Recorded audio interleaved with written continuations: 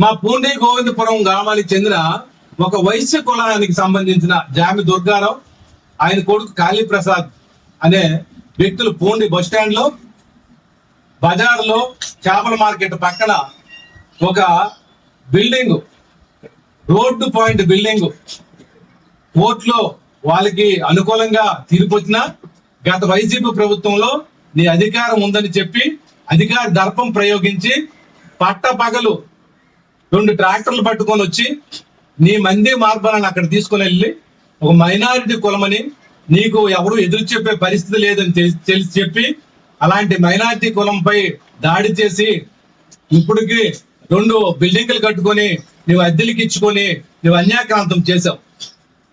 వాళ్ళు లబోదిబోం అంటూ అసలు వాళ్ళకి బలం లేక అలాగ విడిచిపెడితే ఈ రోజు వరకు అది నీ ఆధీనంలో ఉండి నీ యొక్క అన్యాక్రాంతం జరిగింది.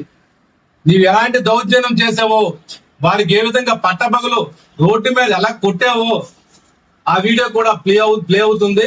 అది కూడా కళ్ళకు బయర్లు కమ్మేటట్టు ఓపెన్ జూమ్ చేసుకొని నీవు ఆ రోజు ఏం చేసావో బస్ స్టాండ్ సెంటర్ లో నీవు పూర్తిగా ప్రధానికానికి కూడా తెలియపరుచుతున్నాను.